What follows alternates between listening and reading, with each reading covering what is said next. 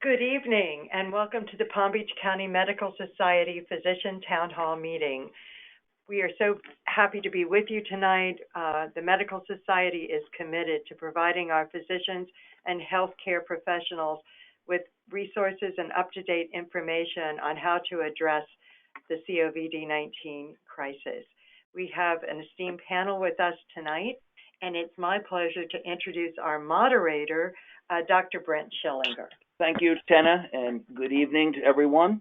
You are tuning in to the Palm Beach County Medical Society virtual town hall meeting for physicians. The purpose of tonight's session is to update physicians locally here in Palm Beach County on the COVID-19 situation and specifically things that pertain to your practice. Gives us a chance to update you and gives you a chance to ask pertinent questions and get some very specific answers. The virus, as we know, is SARS-CoV-2, the severe acute respiratory syndrome coronavirus 2, and the disease, of course, is the coronavirus disease 2019, COVID-19, that we all agree on. There was a paper in JAMA published last week, a editorial from the doctors in Lombardy, Italy. And in that editorial was a comment directed to the United States, which stated, "Don't underestimate this virus. It's not a normal flu. Majority of infected persons have no problem, but the percentage that require hospitalization is high, as is the percentage that require ICU care. To the Americans, get ready with surge capacity in the hospitals. Don't lose time. Have a plan." And that's part of what we're here to talk about tonight. Joining us is Dr. Larry Bush, who is president of Palm Beach County Medical Society, infectious disease expert, and Dr. Alonso, who is the director of the Palm Beach County unit of the Florida Department of Health. Thank you for joining us here. Dr. Bush, you've been my referenced expert for the last couple of months, ever since you had a podcast on the Medical Society website and spoke at the State of Medicine dinner. And when we first heard you speaking about the COVID situation, it was pretty much a message of keeping calm, and that was maybe a month or two ago. How have things changed in the last few days, last week? Well, thank you, Dr. Schillinger, and thank you, Kenna, for putting this together. You know, the Palm Beach County Medical Society has tried to step up and be a source of information and comfort and direction. But I want to take the time out to thank the doctor to my right here, Dr. Alina Alonso, for running a great health department. And under her leadership, Palm Beach County and our area is going to get through this, hopefully with minimal crisis and illness. Because in my mind, she's doing a great job. And under her leadership, we're going to get through this. So obviously, we have a very contagious infectious disease, which fortunately causes less mortality than one would expect from an overwhelming infection such as Ebola or things like plague, etc. The reason in my mind why the mortality rate is quoted to be 10 times higher than influenza is because we have known active antiviral medications for influenza, and people diagnosed with the flu generally get treated or prevention with medications. We're not quite there yet with this virus. So the issues have to be, what do you do with somebody who you think may be infected? Who should be tested, who's not? What's the relevant test at that time? And who do we suggest needs hospitalization? And then I'm sure there's going to be questions about experimental or holistic treatment modalities and what that means. So having said that, I'll turn it over to Dr. Alonso, and perhaps you can tell us what's going on in the county level. Yeah, and the question I have for you, Alina, testing is the hot topic, of course, one of the hot topics. And, there have been some delays for various reasons. And about a week or two ago, Vice President Pence said, subject to doctor's orders, any American can be tested. But, the question now is, from a public health perspective, who should be tested? And how will those test results affect the intervention that, as physicians, particularly as primary care physicians, these efforts need to be directed? First of all, thank you both for putting this together. This is great. I mean, the Medical Society has always stepped up to help us physicians here in Palm Beach County, no matter what. And Dr. Bush, it's a great honor sitting here with you because you are my hero since anthrax, and So saying those words to me mean a lot to me. Thank you. The virus, the one other thing that I would say that is important about the virus and why we have a higher mortality perhaps also has to do with the fact that it is a new virus. And the purpose of the virus is to infect everybody. That's the reason it's there. And since we don't have any immunity towards it, more people are going to get sick than the herd immunity that we all are privileged to have in terms of the other flus that's been around a long time, Correct. plus the fact that we have the vaccine, and so we're protected for it. So yes, we expect any new. This happened with H1N1, where we also saw many people getting sick. The country reacted a little bit different to that pandemic than we've reacted to this one. In terms of our numbers, we remained, we're in third place. Palm Beach County usually likes to be in first place, but we're going to skip this honor. Yes, for Florida. So the two highest winners in terms of the numbers of positive confirmed cases right now is Broward #1 with 73 confirmed cases, and Dade #2 with 72 cases.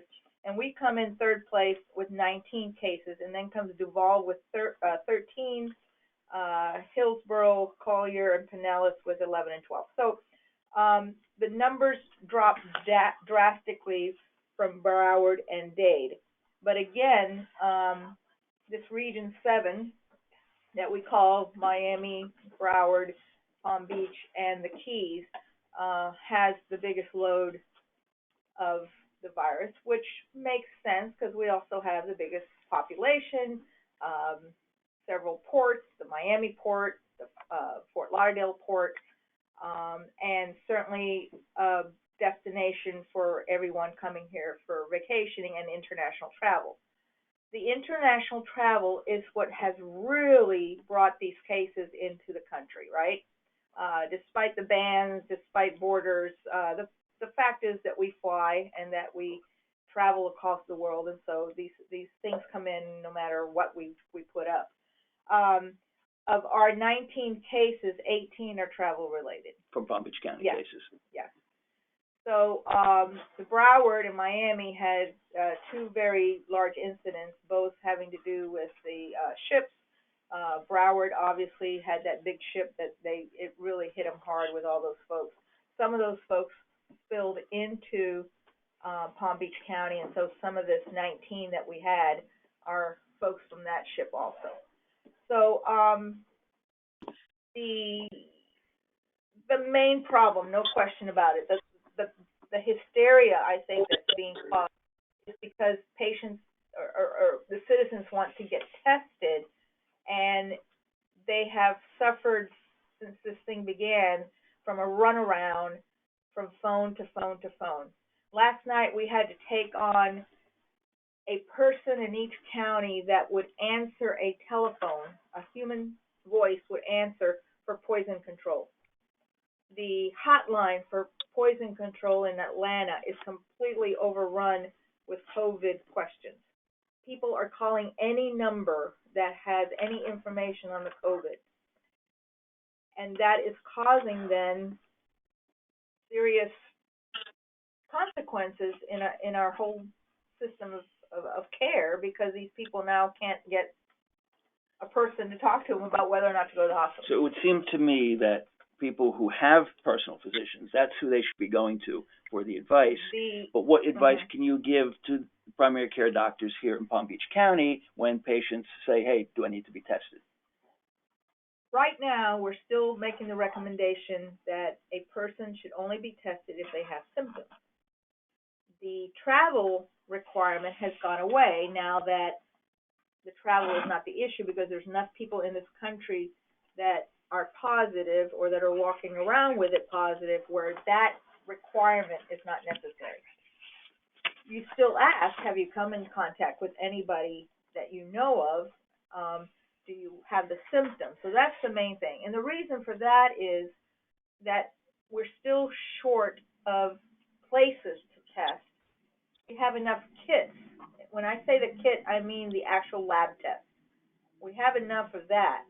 But what we don't have is the physicians doing the sampling, which was assumed that was going to be done at either the private doctors or at our clinics, and then that being sent to the lab. The health department comes in consulting with the physician. If the patient didn't have a physician, we said, go ahead and call the health department for advice, because we felt we would be able to give them good advice. We would be able to send them to our federally qualified health centers. They would be able, we're doing the screenings and everything there, and then we could do the sample and send for testing. We're doing that in the health department, healthcare district clinics that are there now. We're screening all our patients and our staff coming into the clinic. We have staff that's immunocompromised, that has problems, and once we started this, they feel much more comfortable. As a matter of fact, we had one nurse that said she wasn't going to see patients, and now that we're doing this, she feels very comfortable seeing the patients and knowing that they're not coming in. We're doing temperature checks as they're coming in, and we're also doing the screening of several questions, like have you come in contact with anybody, do you have any problems? So we're doing that. We are able, if the person meets any of the criteria, then go ahead, do the sample, and send that to the lab. That's not going on in the private doctor's offices for many reasons, including that they don't have PPE. That's the other big problem across the board. There's not sufficient PPE. Personal protective equipment. Yes. We keep hearing the promises that the tests are coming, that everybody that wants to be tested can be tested. That is just not happening yet. And we're hearing that we will be getting new masks and supplies. We're getting some trickling in. We need a lot more.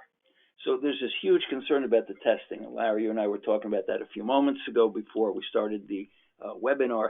How does that make a difference in treatment and intervention? It only makes a difference if you know somebody's positive in two senses. One, epidemiologically, it gives you numbers. And as the numbers enlarge, we have a handle on how many people in this country actually are infected. But it also tells you on how many actually become ill enough to be admitted to a hospital, and allows you to have the correct denominator to form a mortality rate. As more people get tested, there'll be more positives, and fortunately, most of them are going to recover. Many of them will have mild symptomatology. We can't really say that they'll be asymptomatic because there's really not a reason to be testing at this point an asymptomatic person. But I think we'll see that the mortality rate of all those who test positive will be a lower number than what may be anticipated. And that's hopeful, but that's my belief. The other thing about testing is the test isn't a rapid test as of now. They're all going out, for the majority, to commercial labs, and they're having a slow turnaround for various reasons. So if you test somebody who has symptomatology, but they're well enough to go home, you're going to tell them to self-quarantine. And you would be doing that anyway until you were able to get a test for them. So it's really epidemiologic, and it's really telling people to quarantine if they're positive. But before you know that information, they're going to self-quarantine anyway. The real question that's coming up is, how about testing asymptomatic people so we have a handle on everybody? The problem with that is this: nobody really knows when you start having detectable coronavirus RNA in your respiratory or oropharyngeal or nasopharyngeal secretions before you become symptomatic. There was a study in the Annals of Internal Medicine last week looking at the European experience that most people became symptomatic within 5.5 days. But that doesn't mean that if you test negative on day 2 or 3 after exposure, or if you have no exposure, up until even day 14, if you are going to become symptomatic, and theoretically that's when you would start shedding virus, that you would be positive. So you would be, in essence, giving the people who tested negative with no symptoms a false sense of security. Obviously, if you have symptoms that apply to a respiratory tract disease and you test negative, I would assume you're negative, because I think the sensitivity of the test is very good. The other part about testing people just in large quantities who don't meet criteria is that with any disease, the sensitivity and the specificity of your test change with the prevalence of disease. And if you have a low prevalence of disease, you get false positive tests. And that's a concern. So the recommendation should still stay, if we take away the travel idea, the recommendation should still stay that those who have the symptomatology of fever, cough, and shortness of breath require testing. It doesn't mean they require hospitalization. It does mean they require quarantine until they're proven negative, which they should be doing anyway with any common respiratory disease.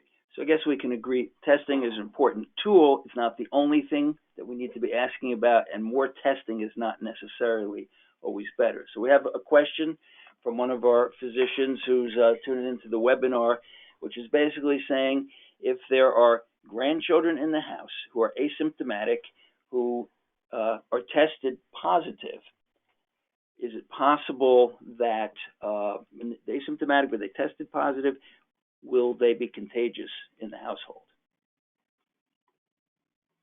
Well, or do we know? we don't know, but from the studies that they've done in China, they have talked about asymptomatic people being able to spread the disease. So we certainly don't know that with clarity, but the last recommendation is that if somebody is positive in the home, that the whole family should stay in the home together and look for symptoms, so that in case anybody else gets symptomatic in the home, you could catch it before you spread it to other people. I think the other part of that question is if they are asymptomatic, they've never been tested, but they actually harbor the virus, is there a chance that the elderly grandparents in the home will develop the disease? They answered their own question by asking it, right? So yes, that would be possible if they're going to spread, if they're going to shed disease, whether or not they're if they're asymptomatic. But we don't, we don't have a way of knowing that for sure yet, right? So the best thing would be if anybody's positive and you have other folks that you are worried, the child is asymptomatic, they're healthy, they're going to recover from this just fine, right? But if you have grandparents, then just out of precaution, you would want to separate those grandparents, at least keep them, if you can't keep them away from the home, you would at least keep them It's going to be tricky if they're asymptomatic and they were never tested, but you find out after the fact, Absolutely. This is where we caught it. So this Absolutely. is one of the unknowns still. That's right. So I would say that's unknown. Question coming in as we move into therapeutics. If there are therapeutics, there's a big article out today in the mass media about using Tylenol instead of ibuprofen. Any light you can shed on that? I have not even had time to read any of those things, so please enlighten me. Okay, it's something that's apparently the World Health Organization said that acetaminophen rather than ibuprofen because of something that it accelerates. I don't know all the details. I just saw the headline on that one. But I think this is one of the challenges. There's so much information coming out on this topic every minute that it's hard to keep on top of that. It's part of why we're here tonight to answer some of the questions. And I think that's another reason why the testing is important, because of the statistical analysis that need to be done in all this. And I know that the CDC is working very closely with the World Health Organization, and they are sharing a lot of this information. The last press conference that was done, not the last one, but the one before, that was done with all the folks from the CDC and the President, they really spoke about some of these things. It was really quite good. So speaking of World Health Organization, they list mortality, which clearly is the biggest problem. We don't want people dying from this. So mortality figures worldwide, 3.4%. South Korea, 0.6%. What can we learn from the South Korea experience? So what we learned from the South Korea experience is that as you increase the denominator, the mortality rate decreases. The other thing that's not being put out with the mortality rate is which population makes up the majority of the people who are passing away, which is going to be in a specific population. So again, the mortality rate in any country that reports full testing will go down. But you're comparing country to country, and their healthcare system's not equivalent. So it's not just who gets sick and who's going to die, it's which population and what type of healthcare did they have access to. Probably there's very few that have the exact access that we have. I personally know that in Spain, they do not have the exact access we have. If you want to get tested in Spain right now, you make a phone call, and they'll give you an appointment a week from now. you really just don't have access to the type of care that you have here for various reasons. So when you look at mortality rates, you have to look at what makes up the population there, the health care that they have, and what numbers are they really reporting. The less amount of people that are detected positive, the mortality rate will go up for those who are. You have to increase your denominator. So one of the questions that always comes up from our physicians is, what can we do so we can stay safe? Because it's critically important that we are, as healthcare, in the healthcare system, that we're there to serve our patients, but we're also humans who could be susceptible to the disease. So what specific recommendations can you make? We're doing, by the way, all these questions are actually answered in the CDC. There's frequent questions, and we're asking all the questions that are in there. They have a section specifically for professionals, and some of this in terms of how do you keep your office and so forth safe is in there also. So please go on it and take a look. One of the things that we're doing is we have very limited staff, so we are screening our patients before they come in. We're screening our patients before they come into the clinic. We're taking their temperature, and we are also asking a series of questions.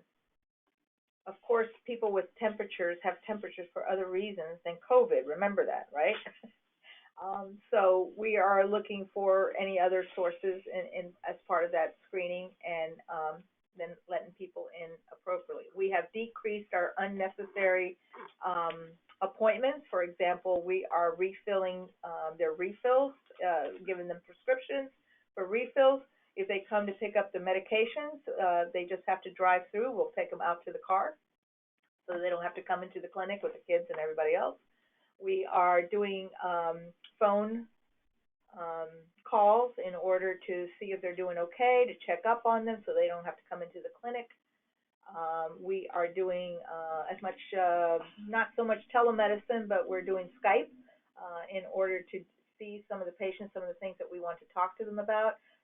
For example, when we do direct observed therapy for the tuberculosis patients, we're doing that via Skype, so we're not going to their homes, we're not having to go out, and they don't have to come into our clinics.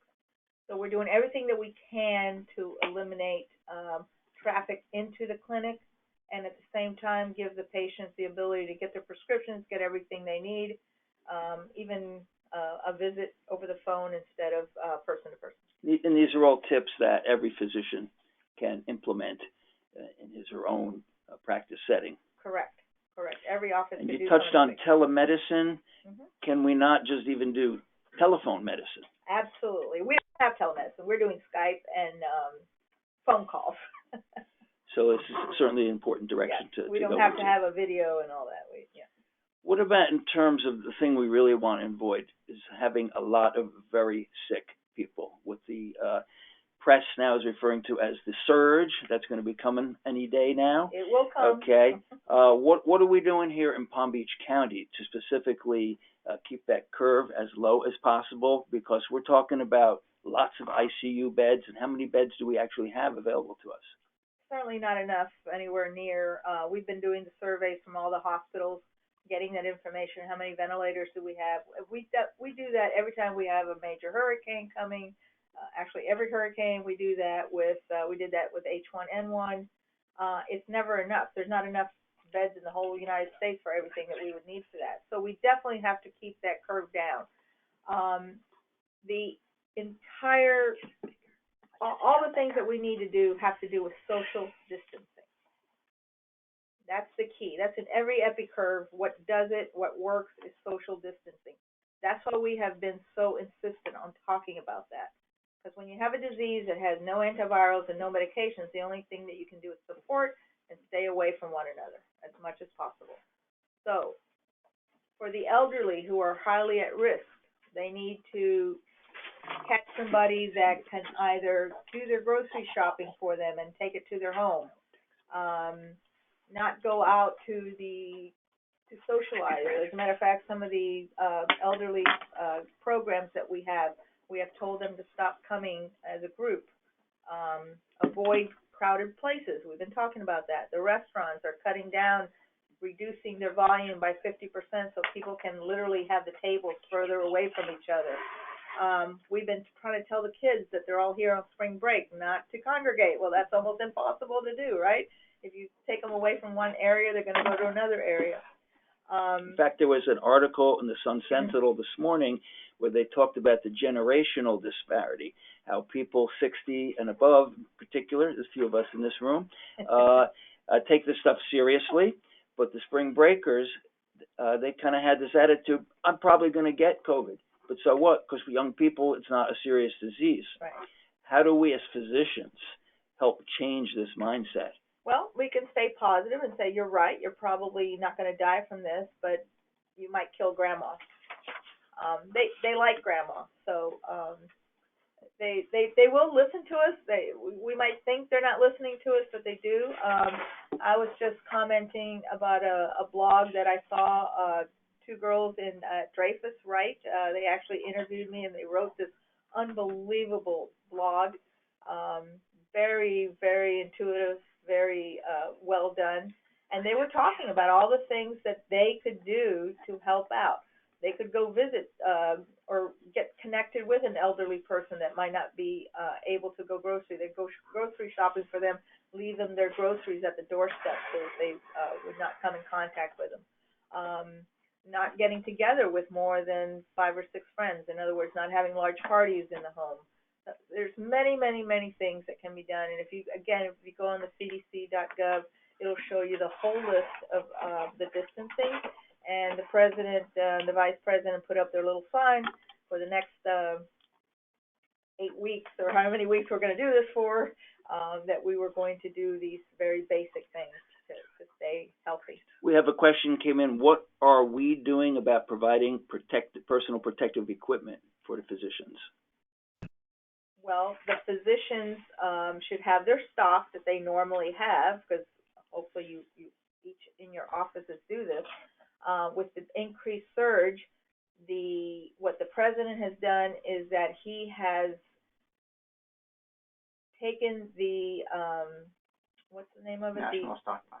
Not just the national stockpile to be distributed, but also the 3M company that does respirators for non-medical purposes. They've allowed them now to be used for medical purposes, and so they're going to be 3 million coming down to Florida in terms of additional supply that then would be opened up to the private sector. So there's some positive. There are some positive. It's going to take a little bit of time. The CDC has given guidelines to, especially the N95s, to reuse the N95s, to be able to use outdated stockpile that you may have. Go ahead and use that. And I would say that you also have to say, okay, if the worst comes to the worst and you have absolutely nothing, what would you use? Well, you might use either just a surgical mask, or silk is a very good component. That the mesh of the silk is very, very small, and if you wrap double zip, it can be utilized. So I think we have to think outside of the box in terms of worst case scenario, and hoping that we'll get the supplies in time. I read somewhere that if you took a normal, regular surgical mask, and as a physician you wore that, and then you gave one to the patient, that would work almost as good as an N95. That's Anybody possible. ever heard of that one? Usually the surgical mask is to protect the patient that has the virus and not give it to Correct. you. The N95 is going to protect you so the virus doesn't get to you. So maybe the idea there is that you have double barriers. Yeah, but also keep in mind, N95s are for diseases that are mostly spread airborne, meaning they tend to disperse in the air for a larger distance than 6 feet. This, like the influenza virus, is really a droplet spread disease. The problem is if you do something in somebody who's very ill, the ones who you may aerosolize their secretions, those could spread longer in a far distance. So the recommendation for N95s in airborne rooms in the hospitals are mostly for people who are going to have aerosolized producing procedures. I think if the patient that you're seeing and the provider, physician, whomever is seeing them, both for a surgical mask, and if you disinfect the surfaces and good hand hygiene, I think that's probably very effective. It's not a guarantee, but nothing with this is going to be guaranteed. Nothing's 100%. Yeah, I examined I did not do a physical exam and medical full exam, but I did talk to and speak with the two passengers that were on the airplane, and I had them keep their masks on, and I just stood away, about 6 feet or so. I didn't use my measuring tape to do that, but I estimated.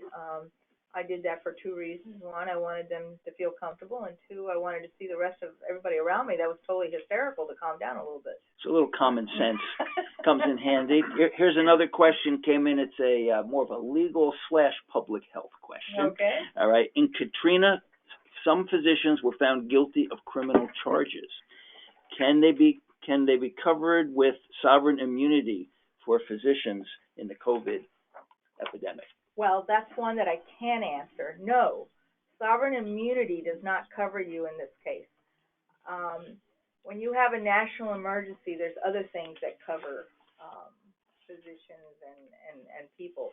But sovereign immunity only has to do with the state of Florida, which we give the health department here in Palm Beach County gives our providers who want to do volunteer work and get sovereign immunity. Those patients have to be seen by you, referred in the system. What you're doing in an emergency like this has nothing to do with sovereign immunity, so please don't even think of that. There are federal not guidelines, but laws that protect you from doing things in an emergency. Two separate things. Another question, a little more clinical. If a physician sees a patient who 2 weeks later tests positive, should the physician self-quarantine? So I'm assuming that the physician saw that patient before they had any symptoms, which would imply that their risk of transmission, although we said is not measurable, is probably some risk, because if 2 weeks later they test positive, that would presume that during those 2 weeks they were at least incubating. Because for them to go get tested positive, they would have had to have symptoms at least for a few days. So the question is that physician at risk? And the answer is yes. They may have been exposed to somebody who's been confirmed. And therefore, and my recommendation would be they should self-quarantine for the recommended period of time after exposure to a person diagnosed or a person under investigation. But the chances are quite a few, if not all, physicians in the county are probably going to experience something like that, where they've seen lots of patients, a certain percentage are going to say, oh, I picked up the disease, I was tested for it a week or two later. Could that possibly lead to a physician shortage here in Palm Beach County? The difference is if you know that you were exposed, because that's one of the criteria for actually telling somebody to self-quarantine. If you know you were exposed to that person. So without knowing it, if we did that, then every single one of us would have to be isolated for the rest of this whole event. And there'd be nobody left to treat patients. To do anything. So if you are tested negative, that's another point that people totally misunderstand this. You have no symptoms and you just want to get a test for the sake of getting the test is exactly like the old days when the HIV first came here. Okay, so you're negative today. Maybe tonight you're going to come in contact with somebody. So that should not be false sense of false, security. Complete false sense of security. So let's shift gears and just talk for a few moments about potential treatment. We know there's no approved treatment for COVID-19 other than supportive care for the more serious cases, but what's on the horizon? Anything? And this is particularly important because we know we have a lot of very smart, educated patients who come in, hey, I read about Plaquenil or I read about this other drug. Can't you prescribe it for me? I know it's a good one that's going to work. What do we tell our physicians? So I think you have to look at therapies under two things. Things that are proven effective antimicrobials or have some other effect on the immune system or some other action that would inhibit. So you're either treating the virus or you're treating the host. When you treat the virus, the concept is that the drug you're providing has an antiviral effect. When you're treating the host to prevent infection, the idea is that it somehow affects the host so they cannot become infected. Those would be actual prescription-type medications. Everything else under supplements, as you know, the FDA does no studies on supplements. Their only job with supplements is to say it's generally regarded as safe, not to say it has any benefit or any other reason to take it. And that's why you see that little asterisk on the bottom of every bottle of a supplement that makes a claim that it does what it does. When it comes to treating the virus, the known drugs in vitro that seem to be active are the drug that one pharmaceutical company now has in trials, particularly in China, called remdesivir. It's a broad-spectrum antiviral that inhibits polymerase of viruses, and at least in vitro, in the laboratory, it looks active against this virus.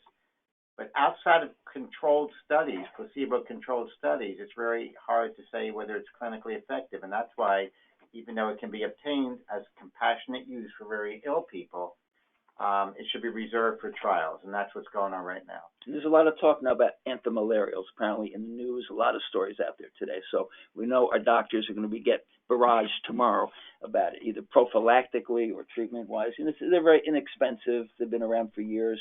What's the advice? So the drugs being talked about are chloroquine and hydrochloroquine, which are used both for antimalarial treatment in certain instances and prophylaxis when there's not chloroquine resistance. There's data showing they may be clinically effective. There's data that shows it may not be. They're not controlled trials. In my mind, since we have very little else to offer right now and somebody who's proven positive, I'm not against giving them because I don't think they're necessarily harmful. Those two. There's also being talked about the drug Calitra, which is leponavir and ritonavir, a boosted protease inhibitor used for HIV. I can tell you in vitro, it's not the most active drug. It's been looked at for other viral infections. It wasn't very successful. I wouldn't lean too heavily on that, as I would not for ribavirin, which has been looked at for various viral infections, which has had limited success for most viral infections. So let's hope that remdesivir proves to be beneficial.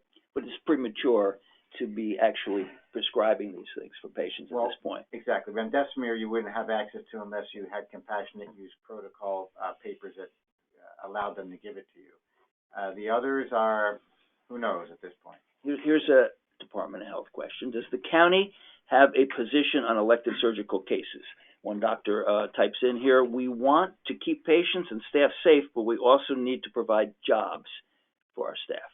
Absolutely. Every time we shut something down, we're leaving a lot of people out of work, especially those that if they don't go to work, they don't get paid. We are not, the county health department is not taking a role on that. ACA is taking a stand on that, and I believe if it wasn't today or yesterday, they wrote something up along that, and they are giving that recommendation. So I've been busy with the patients, and I think ACA is handling that. More of the economic and financial perspective. I think they're not so much looking at the economic part of this. They're trying to save the gowns and the masks and all the people who really need them. Yes. Okay. And I don't know if any of the surgical centers are going to donate their equipment if they don't do the surgery. So I'm not sure that logic is. We will see in the next few days, no doubt. We've been asked to mention that, and this came out, I believe, today, that CMS is paying normal billing codes for evaluation and management if done remotely. And the big five insurers are expected to follow. So I think in terms of what we've referenced before, telemedicine, telephone medicine, Skype medicine, and probably the HIPAA compliance will be a little less tightly enforced in this situation as well, I would assume. I think there's a lot of misunderstanding of HIPAA. The HIPAA is really to protect that patient from you giving their information out. Anything that's our epi department that is doing investigations like this have a very broad access to the whole investigation, the medical records, everything. So don't confuse HIPAA with investigations. They really don't go together. But in terms of treating the patient through a non-HIPAA compliant mode, such as texting or telephone or Skype or something along those lines. Yes. You're not violating HIPAA with that. That's IT security. Okay, we'll keep that in mind. One more question. We have one more question. And then we're going to switch to Dr. Patete. Then we're going to switch to the FMA level. Okay, let's see who gets this question. If we don't have PPE and we have a home-based patient with symptoms, where do we send them? What do they want to do with them? I mean, for testing. For testing purposes, yeah. Okay, so for testing, you can write a prescription, because I think now LabQuest and LabCorp and Quest are saying that they will be doing some sampling. So if they have started that, and I'm not aware what they're doing today, but the idea was that they were going, there's also some commercial labs that are trying to come into the county that are offering both the swabbing and the testing. At home, they'll come to your home? No, the patients would have to go there. Okay, for like a drive-in type of thing. Yeah, so the physician could then write the prescription and have them go to one of these places to do that, or they would themselves be able to screen and do this for the patients themselves. But that's a difficult thing, because I think the majority of the private sector right now does not have the ability to do the swabbing that needs to be done, the collection of the medium in order to send it to the test. That's why the people are frustrated and get that runaround, going from calling us in the health department and then saying, where can we go? The doctor told me to call you, and we were supposed to be talking to the doctor, but so they're really getting a runaround. So please don't just send them to us. We're not doing the testing. So where do we send them? The testing either has to go to, if you're going to have the patient, try to send them to Quest and to LabCorp if they are doing the swabbing, if that has begun. If they don't, and they really need to be tested, they're not going to get the test. So unless they're critically ill, where they would have to then go to the hospital. But also, please don't send a non-critical person to the hospital, because then, again, that patient's going to get the runaround. You're basically telling the patient you can't test them. And I understand there are more than a few commercial entities that are looking to set up en masse drive-through testing. Yes. And the feds do the federal drive-through also. They're not exactly drive-through, but they have the large federals, and there's going to be one of those in Broward because of the high incidence that they have right now. And they've set up around 7 other states that do have those high numbers. The feds are going to those places. But I've gotten several calls. I've tried to put them together with either some of the hospital personnel or some of the other pulmonologists in town that might want to hook up with them and have something like that done. That would be very beneficial. And I think more and more of those folks are going to be coming on board. Okay, well, that's very good information. So I'd like to thank both of you guys for being here tonight, Dr. Alonso, Dr. Bush, and I think we're probably going to do some more of these in the days to come. So keep your phones ready to answer when Tenna calls you. Whenever you call. Okay, shifting gears here. On the line is Dr. Michael Patete, who's President-elect of the Florida Medical Association. Are you there, Mike? Yes, I am. Can you guys hear me okay? Yeah, we can hear you. If you can hear us, this is great. What we'd like to hear, I just want to ask you a couple of things. What is the FMA doing now on an organized level to help the physicians here in Florida deliver the best quality care to the patients who are concerned with the COVID? We're just keeping our members informed about the exact same things that you guys just talked about. All of that is appropriate. We stay in contact with Rivke's, on a weekly basis. Sometimes some of our guys are staying in contact with them on a daily basis, so that we can get into as much information out as we can. I do know that we've gotten information out of Broward County, where people are just going crazy because there's not a lot of testing that is able to be done. So they're actually out there doing exactly what you guys said, socially isolating people and, putting them aside. So we're trying to get as many information as we can. We know where the epicenters are. You guys delineated it appropriately. So we're just making sure we all stay on the same team. And I know there's a lot of good information on the FMA website. I was checking that out today, so you're doing a great job with that. The other area we want to explore for a few minutes is what happened in Tallahassee this year. So if you could update us on Good what que- the good- FMA was able to do or not do up in Tallahassee? Well, I mean, everybody's aware of what has come out. We have two bills that did pass, one for advanced practice registered nurse autonomous practice, and another one for test and treating for the pharmacist bill.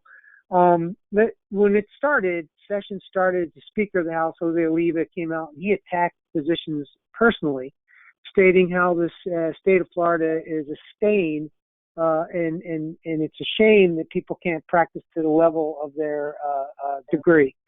So we knew we were in a battle from the get-go, and any time that a Speaker of the House has one issue and one issue only, not seeking higher level office, then they've got a lot of power to push over everybody else, because there's only one thing and one thing only that the legislature has to do every legislative session, and that is to pass a budget. So the budget has to get passed, and then it has to be agreed upon by both the House and the Senate, and then signed into law by the governor. So what was happening in Tallahassee is that Jose Oliva was putting none of any of the budgetary items up until anybody started to give in the Senate for these two bills that he needed to give on. We got a call from Senator Galvano, and we got called into the office, to talk about, how this is going to be on the chopping block, and it's going to be up there for trading, for various different things. We weren't too happy about it. We thought we had a few more friends in the Senate than we, actually came out with. And the reason that we didn't come out with a lot of major friends, because we got to keep them for next session, is that $93 billion, we don't have that ability to control it. So since we don't have the ability to control $93 billion in tax revenue, and a lot of horse trading was being done for people that had their own priority issues that they wanted to have done. The Speaker had complete and total control of the House. We knew it was going to pass the House. And then once we saw what was going on in the Senate, we put as much pressure on them as we could to make sure that we had, people that would possibly vote against it. However, when you have the Senate President, the President-elect, for next year, Wilton Simpson, and then the one that's coming after that, Kathleen Passidomo, actually saying to people, listen, we really do need to work together and make sure that this budget passes. Is there anything that we could do that'll make these bills a little bit easier for, people practicing medicine? We stood tall. We said, we're not changing a thing. We drew a line in the sand. We don't want any of this to happen. We don't like the idea of it happening. It is not fair for the health of the citizens of the state of Florida. And, we had to deal with what we got dealt with. By the time so that the original legislation would have expanded the scope of practice both for nurse practitioners and physician's assistants, as well as a pharmacist. So I would guess it didn't quite go as far as the original proposal. That is correct. Certified registered nurse anesthetists are not allowed to practice independently. Psychiatric nurses are not allowed to practice independently, and they limited the autonomous practice to primary care fields such as family practice, general pediatrics, and general internal medicine. So, question I would have on that, up to now, nurse practitioners have been practicing in many locations what seems to be independently. They probably have a supervising physician agreement, but I know several practices here in Palm Beach County that are run entirely by nurse practitioners. How is this new legislation going to change that? The way that this new legislation, can you guys still hear me? Yes, absolutely. Yeah,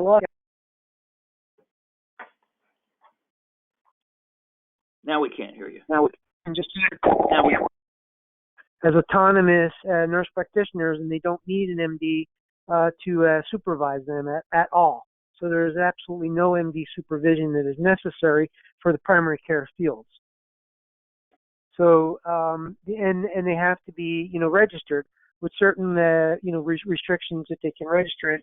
The only restriction that really is out there for them not to be able to prescribe is they're not allowed to certify somebody for medical marijuana. They're still under the guidance of what has been passed, for nurse practitioners to prescribe opiates because that law was not changed and it did not mention it or address it in these laws. So the physician assistants weren't included in this law. Do you anticipate that they'll be back next year for more scope of practice expansion? Well, what they're going to always be back. What we have been doing and what we have been trying to accomplish, we knew that when Jose Oliva was going to be the speaker designate, back when he was, voted in 6 years ago, that we were going to have a tough 6 years. And, we knew that this year was going to be our hardest year because he got everything he wanted last year except for this. So that's when we knew that we were in for a big fight on our hands. The tide was completely against us. And there was nothing that we were able to accomplish because he held the entire budget under hostage in order to get these things through. So it's that process of the making of sausages that goes on in Tallahassee. It is. And all it like. Yeah, it's totally disgusting. It had a lot of us, on our weekly calls. We literally had weekly executive committee calls for this entire thing. So that everybody was up to date. Everybody was aware of what's going on. We had people. I contacted personal people that I have cell phones for, that I walked and canvassed for, and put pressure on them specifically. And they still voted against us. Well, we did a lot of hard work, so we need to be commended for that, no question. Yeah. So it's not like we didn't put up the fight. We put up the fight that we could. Unfortunately, when we don't have control of that $93 billion and where it gets appropriated to, there's a lot of other things that go on that we do not have advantage to take advantage of. Yeah, it's a complicated process. Well, thank you for joining us on the virtual town hall meeting this evening. Thanks again once more to Dr. Alonso, Dr. Bush, and you, Dr. Patete. Dr. Ron Giffler, unfortunately, wasn't able to be on the call, and we tried to hook him in at the last minute, but the technology is not with us today. Perhaps the next time we'll work on that. He's here. Maybe to get that. Here he is. Maybe we can have him speak through here. Okay, Ron? Hi, I just wanted to echo what Mike said. This was very disappointing, and sometimes despite your best efforts, you lose. But we can't quit because issues will come up, new ones every year. It's something else, and we got to keep fighting. As mentioned, the PAs are going to want independent practice, and the nurse anesthetists. And without this guy Oliva anymore, I think we got a chance to keep that from happening next year. So we got to keep plugging away. And I understand you had an important request today through the governor's office. Yeah. I wrote a letter to the insurance commissioner, copy to the governor. As you know, CMS is granted under the emergency conditions a waiver that's allowing telehealth payment for doctors seeing at a distance suspect coronavirus patients. But that's for the federal program. So we wrote a letter just like this afternoon, sent off to the state. The governor has also declared an emergency, requesting our state insurance department mandate the same for all the private insurance companies throughout the state. So we'll have to follow up on that, and hopefully that'll happen. Well, we'll keep our fingers crossed. Thanks for calling in so we could get you into the webinar here tonight, Ron. We do have a number of more questions that are coming through on our screen, but our time is just about up. So what we will do is make sure that we do post answers to all those questions. In addition, this evening's virtual town hall meeting has been recorded, and that will be available and posted up on the Palm Beach County Medical Society website. So once again, I thank everyone for participating. Hopefully we got some important information out to our physicians, and we'll be back with more because I don't think this pandemic is going away anytime real soon. Thank you once again, and good evening. How many people were on the